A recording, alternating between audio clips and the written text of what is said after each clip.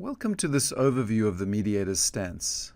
Basically, in mediation, there are a number of key postures that are helpful to adopt that together can be described as the mediator's stance. The postures aren't physical, and the stance is more of an attitude or mindset that guides our interventions and ensures that we do no harm, all the while supporting collaboration and the emergence of creative solutions.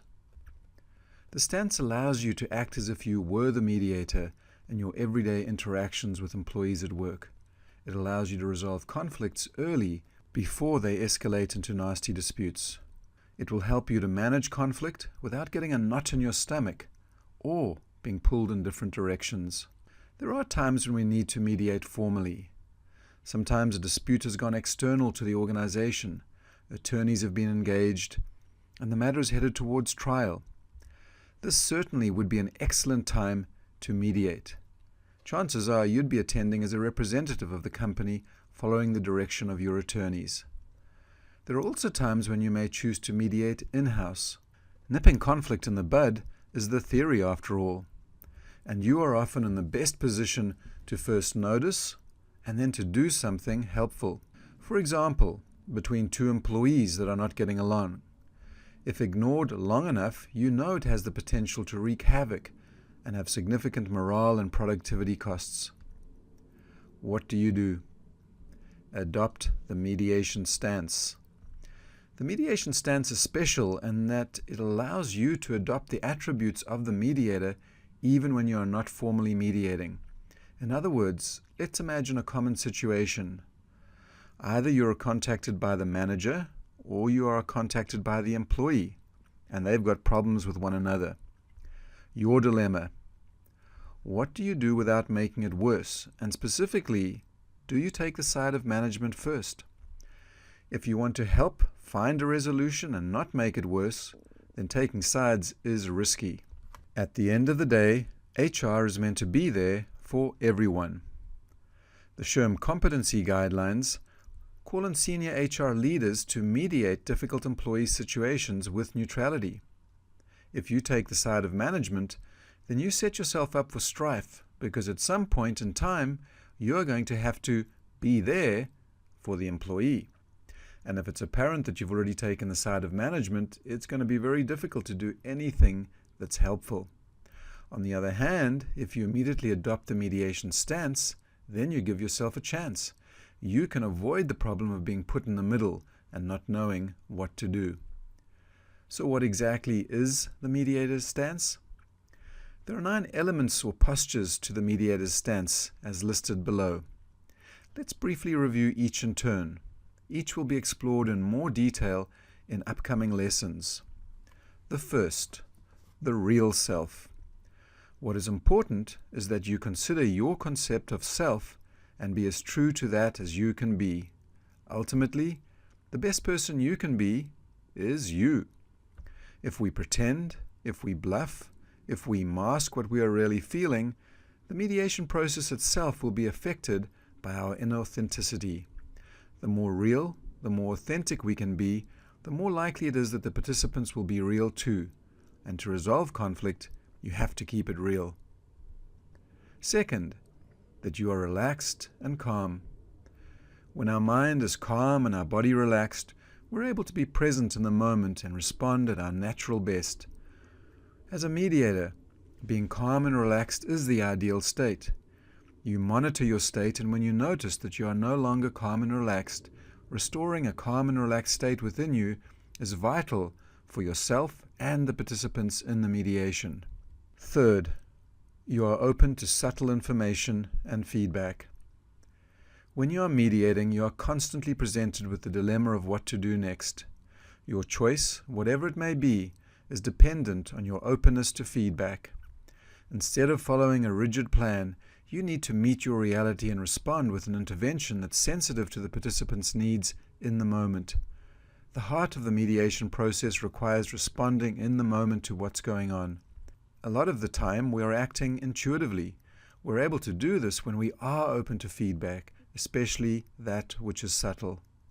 As a result, openness to feedback is vital. Fourth, you are an empathic rapport builder. Nothing can be a substitute for the rapport the mediator establishes with each of the participants in the mediation. In everything you do, seek to build trust and confidence between yourself and the participants. Ultimately, rapport reveals your degree of influence and allows you to guide the participants towards resolution. Rapport arises from the trust we have developed with each and also their confidence in our ability to be a resolution guide. Probably the most important skill we use to develop rapport is empathic listening. Fifth, you are balanced and omnipartial, equally there for everyone. Balance is the essence of the mediation stance. A mediator does not take sides. Our intention is to be there for all and to be fair and balanced in all that we do. To this extent, it can be said that mediators are omnipartial.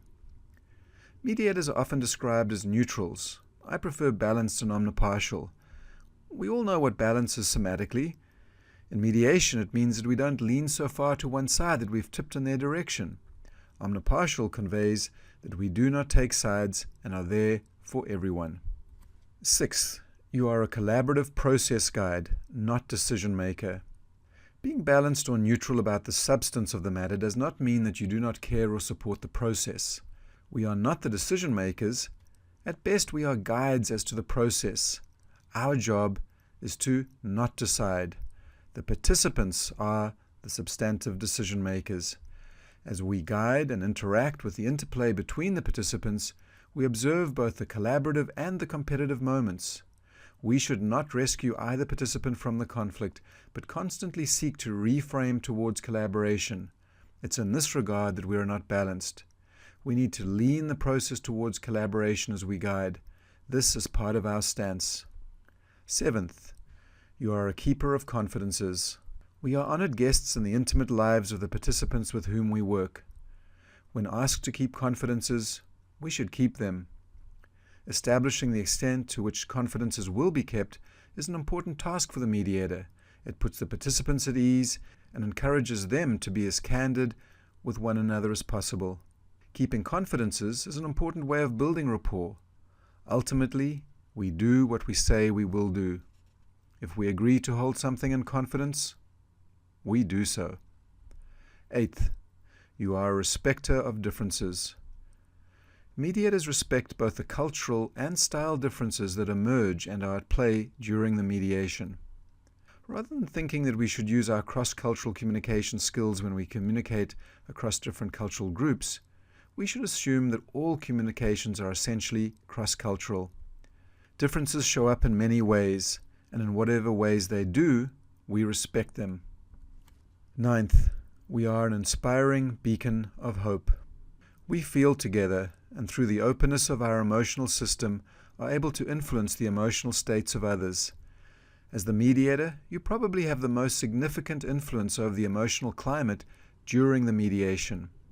The mediation experience will be impacted negatively if you're anxious, distracted, or insecure, but positively if you're relaxed, calm, and hopeful. Our presence signals to the participants our belief that a solution is possible. As long as you are there, you signal hope for the participants. To summarize, the mediation stance is your collaborative presence embodied in your attitude and behavior.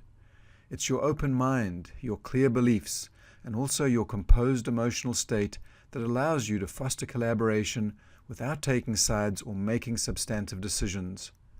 You keep confidences, respect differences, and guide the participants to resolution, all in alignment with your deepest sense of self, all without losing your cool.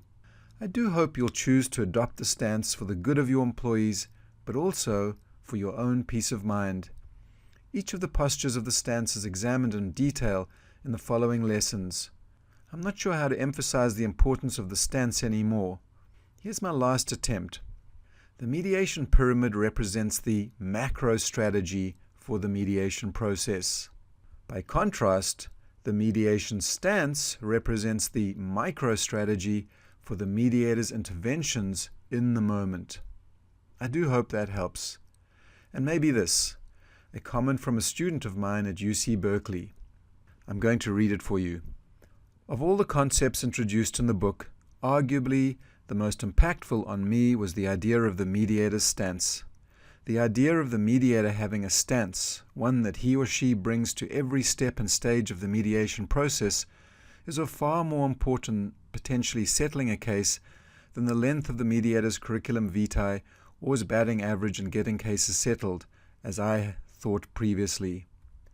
Ford's writing brought together a major aha moment, the idea that the mediator had a complete way or soul that gave every movement, gesture, response, silence, and all other action and reactions a purpose, and all of these multi-purpose actions led towards the intended goal. The role of the mediator is much more than just the go-between between two arguing parties.